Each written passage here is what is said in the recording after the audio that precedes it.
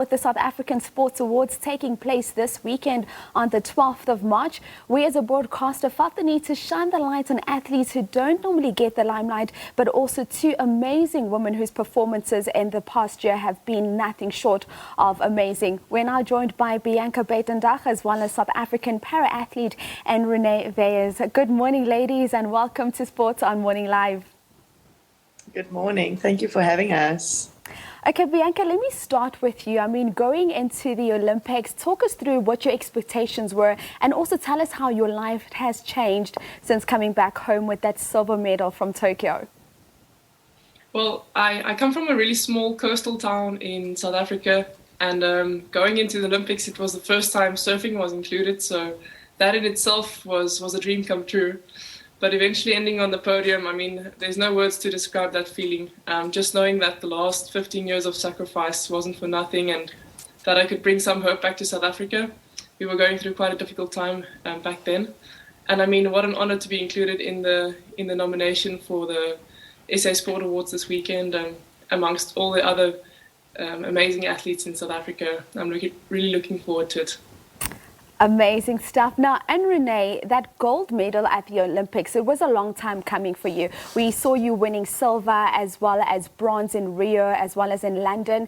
Talk us through those emotions. I mean, when we saw that first picture of you after winning that gold, I know it's so cliche, but a picture just says 1,000 words.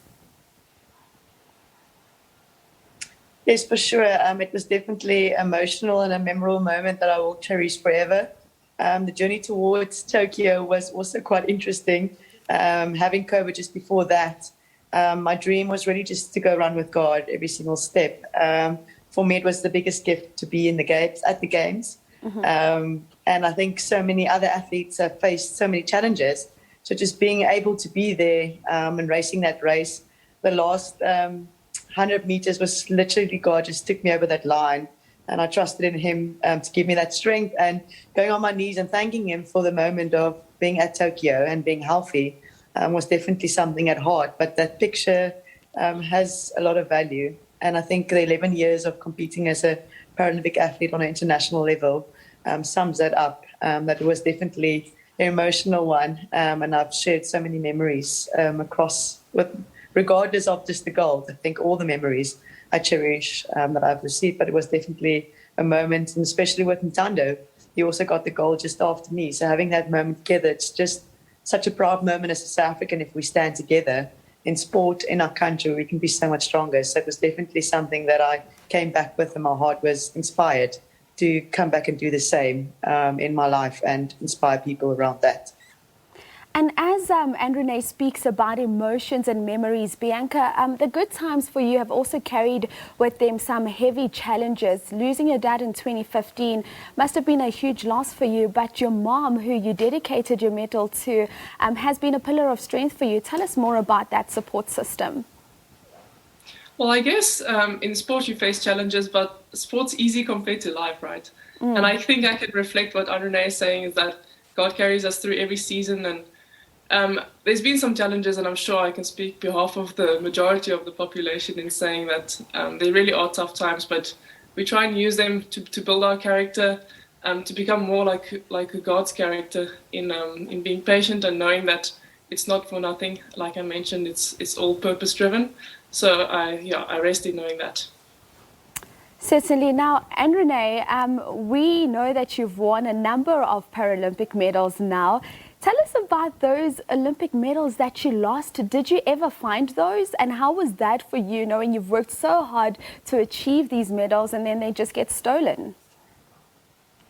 It's quite a funny story. My husband said when I do receive a medal in Tokyo that I must give it to someone that can look after it, because he's scared that they're also going to take that medal from me. So we had an inside joke about that medal. But my medals were stolen actually twice. When I came back from London 2012, it was stolen at the airport. And I sent an email to the IPC to ask them if they can replace it. And incredibly, it's in life, you can get a yes or a no. So they replaced it. They wanted to send it through the post office to South Africa. No offense to the post office.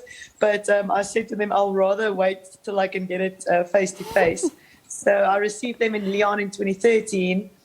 which was really, they had a spectacular event for me, making sure that I received the medals in an honorable way. And then last year before, 2019, they broke into our house and they stole all my Rio and London medals.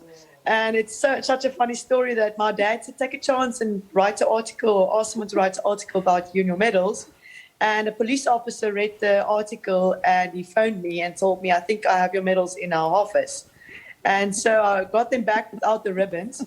But now they're all safe. I don't keep them anymore in my house because it seems like I can't look after them. But the moral of the story is, with all the medals being stolen, is it's a materialistic thing. It's not. It's the memories that no one can ever take away from you. My grandfather, the first time I saw my medals, told me no one can take your experience from each Paralympic Games. No one can ever take that away from you. The medal is just a symbol of showing that. So I do keep them safe now, and I think it is something that you want to show your kids and your grandkids one day. But I think the moral of the story is that you cherish memories and moments and not materialistic things. Certainly. I'm glad you're keeping them safer now, though. Let's talk about how far women in sports in this country have come over the past couple of years. And just talk us through, Bianca, how you feel to finally being recognized for the work that you've done. I mean, at the SA Sports Awards, you are nominated for Sportswoman of the Year, as well as the People's Choice Sports Personality of the Year. How does it feel to be recognized?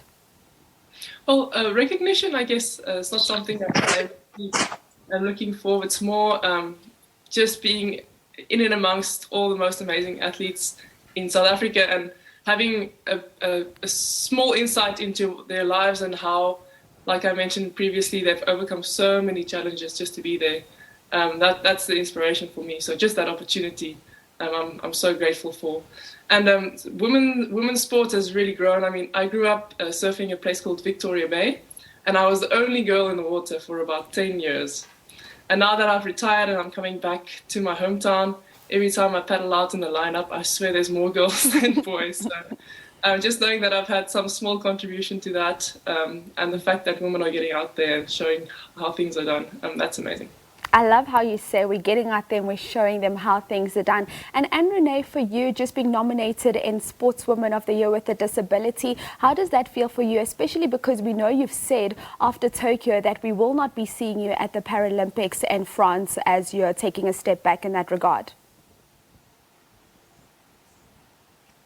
Yes, for sure. It wasn't an easy decision as well, but it seems like, there's a different season in your life. So it was definitely my last in Tokyo. I feel very honored to also be a nominee amongst Luzon and Cheryl, which is both outstanding athletes. And I'm just excited to be at the Sports Award to have a bit of a reunion and just celebrate all the moments. And I think even from 2019, to celebrate all those moments and that we can have a platform as sport women and men and heroes and heroines of South Africa, just to be together and share stories and just celebrate, because that's what sport is also about, having a memorable evening of celebrating the moments we worked hard for, and also acknowledging that some other athletes had it more difficult. And hopefully the next 4-year cycle in Paris, I'm going to sit on my couch and root for all the Paralympic athletes that's in my team, and also the rest that I know around the world, and shout really loud. But I'm excited about the new season that I'm also going into. A bit sad that I'm missing out, but I'm also excited about life and the changes that's going to happen in my life as well. Ladies, thank you so much for your time this morning, and good luck for the Sports Awards taking place on Saturday. Thank you so much for having us. All right, that's how we wrap up your sports bulletin in this hour. The South African Sports Awards taking place Saturday, the 12th of March. They will be live at 8 p.m. on SABC 1.